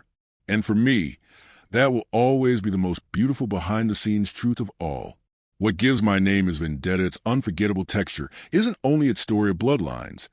It's the world wrapped around that story, the physical and emotional landscape that holds like a wound inside skin. From the first minute, the film tells us that setting is destiny. The cold northern mountains of Italy aren't backdrops. They are characters whispering through every shot. When I rewatched the movie late one winter night, window open to let in real cold air, I could feel how perfectly the landscape functions as conscience. It never forgives, it only echoes. The town of Bolzano, where the story begins, sits between civilization and wilderness. Its architecture part Alpine, part Italian modernity. Cinematographer Vittorio Omodei Zorini captures it through static compositions that feel like photographs from a life about to vanish. The buildings are pale and neat, their lines disciplined, almost moral. Then, as the plot darkens, the same streets start to look claustrophobic, order turning into prison. The camera rarely looks upward. It hugs ground level, as though the sky itself refuses to intervene. It's a deliberate choice. Heaven is missing. Everything that happens here belongs to earth, flesh, and consequence. Snow becomes a movie's unspoken narrator. In daylight it's soft, forgiving. Under headlights it becomes merciless mirror. When blood spills on it, the contrast is nearly religious. white accepting, red like confession. The crew actually used different grades of artificial and natural snow to maintain texture continuity. But what matters on screen is symbolism. Snow covers traces, hides footprints, preserves corpses. It behaves like memory, cold, preserving, deceptive. Watching Sano bury evidence under it feels like watching a man shove his past beneath purity. The more he hides, the more the snow glows under moonlight. Refuse and forget. Interior spaces, in contrast, are narrow, brown, and tactile. The house where the family lives before the tragedy is small enough that you can sense heat from the stove. Its clutter, family photos, mugs, a hanging crucifix barely visible, anchors the audience in a recognizable domestic world. Then, when violence erupts, those same objects turn into relics. The set design never cleans the space. It leaves crumbs, shadows, reflections in glass, fragments of human normalcy clinging to ruins. That attention to lived-in detail grounds the film's morality. Revenge isn't operatic, it's intimate. The garage where Santo works doubles as a psychological chamber. Notice the color palette. Oil black, steel gray, the muted glow of an overhead bulb. Tools hang like weapons. Every wrench has the shape of potential violence. It's a sanctuary built out of guilt, a place where control still seems possible. When Sophia later returns to that same garage after the attack, the camera repeats the earlier angle but without the warmth of sunlight. The space hasn't changed, only the eyes looking at it have. That repetition builds cinematic rhythm, the sense that geography is memory replaying itself. As the chase unfolds, geography expands. Highways, tunnels, gas stations, all filmed without glamour. Instead of postcard Italy, we see industrial edges. Concrete walls stained by snowmelt, fluorescent lights flickering, parking lots half empty at dawn. Gomez wanted the North to feel spiritually post-industrial, a place where even nature seems manufactured. It's Italy drained of color, waiting for redemption that never comes. The rare bursts of light, the orange glow of sodium lamps or a car's interior bulb, feel like sparks of humanity flickering before extinction. Lighting design follows a strict moral grammar. Warm tones belong only to family scenes. Once the mother dies, warmth never returns unbroken. From then on, illumination comes from mechanical sources, headlights, phones, muzzle flashes. Every beam of light arrives violently, tearing through darkness instead of dissolving it. The cinematographer described it as illumination by accident. That philosophy gives the film its signature realism. Light behaves like fate, indifferent and sudden. Compositionally, Gomez favors symmetry broken by movement. He often frames father and daughter at opposite sides of a window or doorway, separated by geometry, even when they share the same frame. The visual tension between closeness and distance mirrors their emotional one. When Sophia finally mirrors her father's posture, gun in hand, shoulders squared, the framing unites them for the first time. But unity here equals doom. Cinematic language becomes prophecy. Camera motion is crucial to the film's tone. In quiet moments, it drifts almost imperceptibly, like breathing. During action, it clings rather than chases, handheld but controlled. You never feel external excitement. You feel vibration from within. The choice to keep focus shallow, with backgrounds blurring into ghostly haze, traps us inside the character's limited awareness. We see only what they can process. That empathy through optics turns the audience into accomplice, not observer. Sound design extends the geography beyond sight. Long before any gunfire, the film teaches us to fear silence. Winds hum through pine needles. A radiator ticks. Somewhere a dog barks once and stops. Each noise sits on the edge of perception, making the stillness almost unbearable. Later, mechanical sounds dominate. Engines, gunmetal clinks, tires over gravel. Natural ambience gives way to human interference, as the technology itself has replaced heartbeat. I found it haunting that the loudest noise in the entire film isn't an explosion, but the echoing slam of a garage door. Domestic life closing forever. Color plays narrative rhythm. The first act glows in soft amber. The second sinks into gray. By the final scenes, contrast increases until black devours nearly every frame. No single hue dominates except blood red, used sparingly, less a spectacle than punctuation. Even the end credits roll over muted tones. refusing the comfort of saturation. If classical revenge films use color to heighten emotion, Gomez uses absence to drain it. He paints despair with restraint. One of my favorite cinematic motifs is reflection. Mirrors, windows, puddles. Gomez uses them constantly. Characters rarely face each other directly. They appear doubled or fractured. When Santo shaves off his beard, we see two faces layered. The civilian he built and the ghost returning. Later, when Sophia looks through a window streaked with rain, her reflection merges with the blurred headlights outside. That visual merging says everything about identity transmission. She's literally absorbing her father's image. No dialogue could express that more economically. Editing rhythm reinforces emotional temperature. Early cuts breathe. Shots linger beyond necessity. After the attack, edits shorten dramatically, resembling fragments of memory rather than narrative continuity. During the final act, pace slows again, each cut deliberate, like a heartbeat nearing its last pulse. It's almost musical, largo presto, adagio. The viewer's body unconsciously syncs with it, feeling exhaustion the same way characters do. This physiological editing distinguishes the film from Hollywood revenge pieces, which rely on escalating tempo. Here, tempo collapses. Violence doesn't speed things up, it slows them down. Set design outside the family home continues the moral geography. The mafia compound is filmed in low ceilings and amber shadows. It's luxury claustrophobic. Gomez and production designer Cristina Honori avoided visual cliches of crime wealth. No gold chains, no neon clubs. Instead, they filled frames with silence and furniture. Heavy tables, curtained windows, the weight of tradition. It feels less like a villain's lair than a tomb preserved for ceremony. When Sano finally steps inside, the symmetry between his modest home and this oppressive palace completes the film cycle. Two prisons built from different materials. Cinematically, My Name Is Vendetta belongs to the lineage of European naturalism rather than American spectacle. You can feel the influence of Jean-Pierre Melville's Le Samurai in its solitude, of Michael Mann in its nocturnal blue, of Matteo Girone in its moral grime. Yet Gomez filters those influences through sculptor's eyes. Space first, then motion. Every frame looks carved rather than captured. He once said, "I think with distance, then move the camera closer until truth flinches." That credo explains why even close-ups feel confrontational. The camera doesn't comfort. It interrogates. The car, a black SUV Sano drives throughout, functions almost like a stage. Its confined interior becomes their traveling confessional. Gomez uses windshield reflections to overlay landscapes onto faces, merging inner and outer journeys. Sometimes we see Sophia's eyes filled with mountains. Sometimes her father's expression eclipsed by passing streetlights.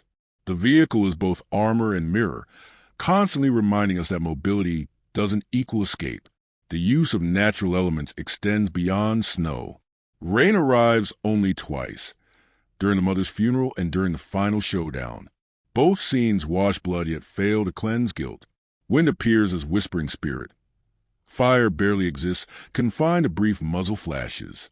The world of this film is built from cold matter, stone, water, metal. Even human skin appears pallid, drained. By refusing warmth, the movie visualizes its thesis.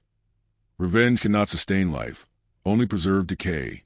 Camera height often mirrors moral position. When Santo mentors Sophia, the lens stays slightly above her eye level, asserting dominance. As she gains confidence, the lens lowers until they share horizon. After his death, the final train sequence frames her from below, giving faint authority but also isolation. Cinematography becomes character arc without words. The score by Emanuele Bossi cements atmosphere. He constructs tension from industrial resonance rather than melody.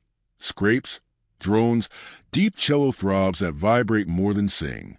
When occasional piano notes appear, they sound like conscience trying to surface through machinery. Bossi reportedly mixed field recordings of engines and church bells, bending them until they sounded unrecognizable. The effect is uncanny, mechanical repentance. At times, silence itself functions as music. You can almost hear guilt breathing. The use of negative space deserves admiration. Gomez often frames characters off-center, leaving emptiness beside them. That void becomes a visual manifestation of loss. Someone missing from the frame, a future erased. It also builds suspense, because the eye keeps expecting intrusion from that blank side. Nothing may happen, but tension persists. He learned that trick, he said, from sculpture. Space is not emptiness, it's anticipation. Even costume texture feeds cinematic language. Wool, leather, denim, all matte surfaces that absorb light rather than reflect it. It's a film without sheen. Wardrobe realism keeps our eyes on faces instead of fashion. By the finale, colors merge with environment. Humans blending into landscape, vengeance dissolving individuality. This visual monotony becomes thematic monotony.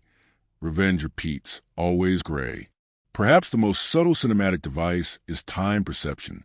The story spans only a few days, but editing elongates moment of pain and compresses travel, giving an illusion of endless chase without chronological markers. We never see sunrise clearly. Daylight is always partial. The film exists in perpetual dusk, a limbo between past and future. That timelessness makes vengeance feel eternal. Gomez also toys with focus depth to suggest memory. When characters recall or dread something, the background blurs entirely, isolating them in shallow depth of field. When they act instinctively, focus widens again. Cognitive scientists call this attention mimicry, camera mimicking brain behavior under stress. Viewers experience subjective perception without noticing technique. All these cinematic elements converge in the final scene on the train. Look at the framing. Sophia sits by the window, reflection faint, outside landscape motion blurred white. The palette is reduced to grayscale, with a single trace of red from her jacket's lining. Sound, no score, only rhythmic clatter wheels. Composition, horizon tilted slightly, suggesting moral imbalance. Lighting, diffuse, directionless. The image could be mistaken for a painting of aftermath. It encapsulates everything. The geography, the loss, the cold, the motion without arrival. A daughter moving through a country that looks asleep. Rewatching with attention to setting taught me how environmental design shapes moral narrative. Every frame whispers that vengeance is not event, but climate. The Alps hold secrets like old gods. Concrete hums of machinery of modern guilt. Snow keeps bodies immaculate long after warmth is gone. When characters speak of destiny, the film shows us geography instead, the terrain making decisions humans believe are theirs. That's what I love most about its cinematic construction. It believes nature keeps score. No matter how far Sano runs, the mountains follow. No matter how fast Sophia drives, the fog thickens. The land itself seems to mourn, to demand acknowledgement. In that silent demand lies the true moral heartbeat of the movie. Every shadow, reflection, and gust of wind says the same thing. Revenge doesn't end in a person. It ends in a place, frozen and waiting for the next echo. When people talk about My Name Is Vendetta, they usually focus on what appears on screen. The cold light, the bruised silences, the violent tenderness between father and daughter. But behind those finished frames lies another movie, The Invisible One. A story of fatigue, improvisation, accidents, and small creative miracles that slowly harden into the polished fatalism we now recognize. Reading production notes and speaking to a few crew members years later felt like tracing the veins beneath a scar. What emerged was not glamour, but persistence. The quiet endurance of a team that decided to make honesty their only luxury. The shoot began in late November 2021, in the mountains around Bolzano, under a government COVID waiver that forced everyone into near-monastic isolation. Cast and crew lodged together in a tiny hotel converted into a quarantine base. Every morning before dawn, they lined up for antigen tests in the dining room, while snow pressed against the windows. It became a strange ritual. Bleary eyes, cotton swabs, shared jokes about survival. Then everyone packed into vans climbing toward frozen valleys. The restrictions created the very claustrophobia the film needed. By the third week, no one could remember what city noise sounded like. Gassmann later said, "The silence we filmed was real. We had run out of conversation." The budget was low, but the emotional investment enormous. Gomez financed early prep partly with money from selling sculptures he had kept from his art school days. The production accountant nicknamed the project La Vendetta Povera, the poor man's revenge. When Netflix finally stepped in, they insisted on a tight schedule. 42 shooting days, no second unit, limited over time. Gomez responded by designing every shot on paper like blueprints, sketching storyboards with charcoal and thick lines. Those drawings still hang framed in his office, black dust smudging the corners, a reminder of film literally drawn from his hands. Crew members recall that he hardly slept. During location scouts, he carried a digital recorder, murmuring ideas to himself. Light should breathe here, silence should fall like dust. The assistant director joked that Gomez didn't direct scenes. He sculpted them. He moved props by millimeters, adjusted actors' distances with his own hands, and would sometimes stop mid-take to ask everyone to listen to the air. The team learned to trust those instincts. One night, moments before rolling on the ambush sequence, he made everyone stand still for 30 seconds, eyes closed, to feel the mountain wind. "Now," he whispered, "the film knows we're here." The first take that followed is the one in the movie. The physical hardship was relentless. The cast wore earpieces under hats to hear cues because wind drowned dialogue. Equipment froze. Batteries died every 20 minutes. Camera lenses fogged from actors' breath. To solve it, a grip built makeshift heating rigs using car engine exhaust hoses. On some nights, the crew taped chemical hand warmers around lenses to prevent frost. Francesconi remembered waking at 4 a.m. to find icicles forming on the inside of the hotel windows. "It was beautiful and horrible," she said. "We were prisoners of the story." Yet camaraderie thrived in those conditions. Meals were communal, big pots of polenta, bread, cheap wine. No hierarchy survived hunger. The youngest production assistant once spilled soup on Gomez's coat. He laughed, saying, "Now it smells like home." That spirit of equality blurred the distance between star and crew. During night shoots, Gassmann helped carry sandbags. The cinematographer brewed coffee for extras. It was less a film set than a survival camp. The hardship stripped vanity from performances, leaving the raw exhaustion visible in final close-ups. Anecdotes from the shoot feel almost folkloric now. On day 18, a lighting truck slid off an icy road and wedged against a tree. Rather than wait for tow services, everyone, actors included, pushed together until it budged free.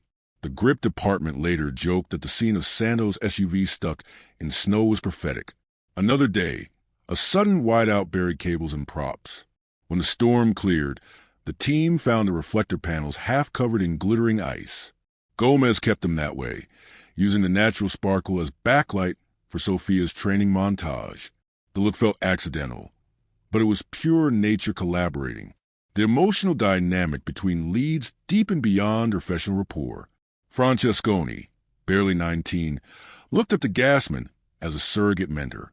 Between takes, he taught her breathing techniques for anxiety. Inhale on 4, exhale on 8, the same rhythm she later used during the scene where she loads a gun for the first time.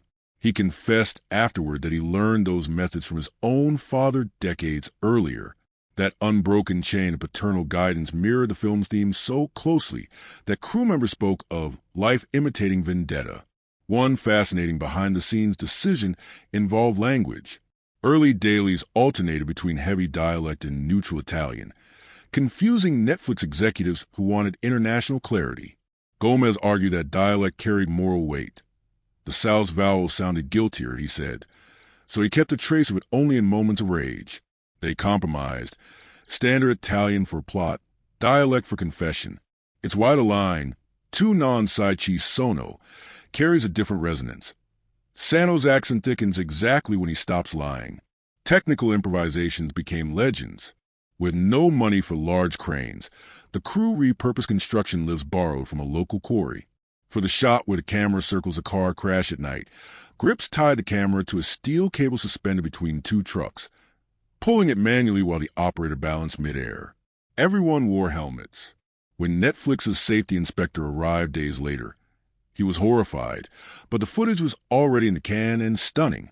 Sometimes rule-breaking is the only route to truth. The most emotionally taxing scene for the team was the discovery of the mother's body. Gomez banned all rehearsals. telling actors only, walk in and let it happen. Francesconi's sobbing was real. She had been kept away from the set dressing until cameras rolled. The crew stayed silent afterward, unwilling to call cut. In post-production, Gomez muted part of the audio because the raw sound felt intrusive. We had to protect her grief, he explained. That respect, rare in thrillers, shows on screen as authenticity rather than performance. Another intense day occurred during the climactic rain sequence in Calabria. The artificial rain rig malfunctioned, flooding the set knee-deep. Electrical cables sparked. Technicians panicked. Gassmann refused to stop. "We'll never get this chaos again," he shouted. Continuing the scene drenched, gun-heavy with real water. The raw footage, streaked with lightning, became the final take. Months later, Gomez admitted that half the rain was genuine thunderstorm. Fate provided atmosphere no budget could buy. Editing stories reveal equal obsession. The editor, Federico, described Gomez as a director who hears cuts like rhythm. They worked in near darkness, projecting scenes on rough walls instead of monitors to judge emotion at scale. They argued over milliseconds. Gomez wanted transitions to feel like breaths between punches. He even timed the fade to black after the father's last stand to match a human pulse dropping from 120 to 60 BPM. No one would measure that consciously, but bodies feel it subconsciously. Post-production also carried an almost poetic accident. During color grading, the software glitched, turning one frame pure crimson. The team gasped. It looked like a blood flash. Instead of deleting it, Gomez kept a one-frame flicker buried within the final gunfight. It lasts less than half a second, invisible to casual viewers, but the editor calls it the film's heartbeat. I love details like that, accidents adopted as art. Gassmann's preparation deserves its own mythology. He maintained a vow of silence outside dialogue for the first 3 weeks of shooting. Crew members communicated with him via notes. He said he wanted to store words for later use. Francesconi found it intimidating at first, but later called it a gift. When he finally spoke, every word felt earned. The discipline worked. Santo's minimal speech on screen feels carved from restraint rather than written minimalism. Meanwhile, Francesconi kept a secret diary in character as Sophia. She wrote nightly entries describing guilt, cold, hunger, love. When filming wrapped, she gave the notebook to Gomez. He keeps it locked in a desk, unopened. "I don't want to know her secrets," he said. "They belong to the girl in the movie, not the woman who acted her." That respect encapsulates the production's ethos. Art built on trust, not manipulation. The soundtrack sessions had their own improvisational strangeness. Composer Emanuele Bossi recorded metallic drones inside an abandoned factory in Bologna. He hung steel cables from the ceiling, struck them with mallets, and mic'd the reverberations from 50 meters away. The resulting sounds were slowed and layered until they resembled distant thunder. During mixing, Gomez realized that one resonance matched the hum of the generator used on set, life folding into art again. There were lighter moments, too. Crew birthdays were celebrated with makeshift cakes baked in catering ovens. One night, they ran out of candles and used prop bullets instead, upside down, dipped in frosting. Everyone laughed, half horrified. Another evening, when snow buried the vans, the driver played Eye of the Tiger through his phone while shoveling, turning exhaustion into absurd comedy. These flashes of laughter balanced the film's darkness. Without them, people might have cracked. After filming wrapped, the hotel that housed them felt haunted by echoes. Crew members left notes under floorboards, a tradition borrowed from theater troupes, scribbling names, dates, and one recurring phrase, "Siamo ancora vivi," we are still alive. Months later, when the hotel renovated, workers reportedly found the papers and framed one behind the reception desk. Even that ordinary building now carries part of the movie's soul. When the premiere finally streamed on Netflix, most of the team watched separately from their homes. Yet they stayed connected through a group chat named Ghosts from the South. As viewing statistics poured in, screenshots filled the thread. Mexico number 3, Germany number 4, Poland number 6. Someone joked, "We've gone global without leaving the mountains." Francesconi replied, "The ghosts learned Wi-Fi." Their laughter traveled across continents, a digital afterlife for a physical ordeal. In interviews months later, Gomez admitted he still dreams about the mountains. They were too quiet, he said. The silence stayed in my head. He sometimes visits Bolzano alone, parking near the same road where the first chase was shot, just to listen. Locals recognize him and wave. Tourists have no idea that the frozen valley around them once hosted a small army of filmmakers fighting for authenticity. The most tender behind-the-scenes story concerns the film's final image, the train window. That shot was captured on a real regional train running between Verona and Trento. The production couldn't afford to rent it privately, so they boarded with regular passengers, hiding a small camera inside a suitcase. Francesconi sat silently by the window while commuters glanced curiously. The passing snow was real, unplanned. In that moment, she wasn't acting. She was simply existing between roles. The sigh she releases just before the cut wasn't scripted. It was her relief that filming was finally over. Yet, that sigh became the film's perfect ending. Looking back through all these stories, what stands out is not coincidence but coherence. Every hardship echoed the film's message. People isolated by pandemic made a story about isolation. A sculptor-director carved silence into cinema. A fatherly actor and a young woman built an on-screen bond from real mentorship. Even technical errors became metaphors. Life and fiction kept reflecting each other until the boundaries blurred completely. When the wrap party finally arrived, small, masked, in a restaurant overlooking the valley, Gomez raised a glass and said quietly, "We survived the vendetta." Everyone laughed, exhausted. Snow fell outside again, soft and patient. Someone played a recording of Lupo the dog barking, and the crew toasted a ghost, to mountains, to the idea that art could still be carved by hand. That night, they left the restaurant one by one, footprints already filling with new snow. The next morning, the road was clean, as if none of them had ever been there. Cinematically, the final train sequence condenses everything. Sophia sits by the window, snow rushing past like unburied memory. There is no dialogue, no score, only the mechanical rhythm of motion.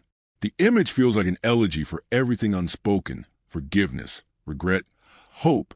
That single moment transforms the entire story from revenge thriller to modern myth. The girl looking out the window is every survivor, carrying the weight of protection that became burden. Her breath fogs a glass. The fog clears. Life moves on. That's redemption in its smallest possible unit. Awareness without absolution. What's extraordinary is how universally audiences responded to that silence.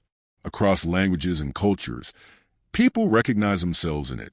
Fathers saw guilt, daughters saw independence, and those who had lost someone saw continuity. That breadth of empathy explains why the film traveled so far beyond Italy. It proves that sincerity still translates better than spectacle.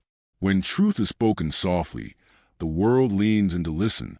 On a personal level, the movie reminded me that revenge stories, when done right, are not about justice but about grief that refuses to die quietly. We watch them not to celebrate violence but to understand endurance. Santo's face, weathered and cautious, becomes a face of every person trying to make peace with what they once did in the name of love. Sophia's face becomes the future's mirror, unprepared but unstoppable. Together, they represent continuity of conscience. The film's final gift is empathy for both, the sinner who tried and the innocent who must carry trying forward. The production's modesty becomes symbolic too. A small crew in freezing mountains created something global without shouting. That mirrors the story's own ethic, greatness born restraint. It reminds me that cinema's essence is not money or machinery, but attention. People listening to silence until it reveals meaning. Gomez and his team did exactly that. Their revenge wasn't against villains or studios. It was against mediocrity. They fought to prove that stillness still matters. In the end, My Name Is Vendetta joins a quiet tradition of films that heal by confronting pain. It stands beside stories like Logan, The Road, and A History of Violence, where blood becomes metaphor for memory. But unlike many of those, it never indulges despair. Beneath the frost lies a heartbeat, faint but stubborn. Even as the father dies, the daughter lives, and that continuation itself feels like a small rebellion against fatalism. Survival becomes resistance. When I think about it now, I don't recall the killings. I recall the snowlight, the muffled thud of doors closing, the way breath fogs against glass. I remember the feeling of a world paused between guilt and grace. That is the film's real success, transforming the machinery of thriller into meditation. It doesn't offer comfort but clarity, the understanding that vengeance is only the language we invent when words for love run out. And perhaps that's why, days after watching, you still catch yourself whispering its title under your breath. My Name is Vendetta. The phrase begins as confession, turns into inheritance, and ends as warning. Say it enough times and you start hearing your own name hidden inside it. The reminder that every human heart carries its small revenge, whether against fate, memory, or time. The film doesn't condemn that impulse. It just asks what it costs. So when the credits end and darkness returns, you're left not with rage but with reverence. For love's endurance, for silence's honesty, for cinema's capacity to turn brutality into understanding. Few movies manage that balance. This one does. And that's why, to me, My Name is Vendetta will always remain more than a story about revenge. It will remain a quiet testament to craft, conscience, and the stubborn hope that even inherited violence can evolve into reflection. To all my literature-loving friends who have walked through this analysis with me, thank you for letting the silence speak. If this journey into snow, guilt, and grace move you even slightly, do me a small favor. Like, subscribe, and share with another soul who loves stories that bruise yet heal. Every thoughtful click keeps meaningful cinema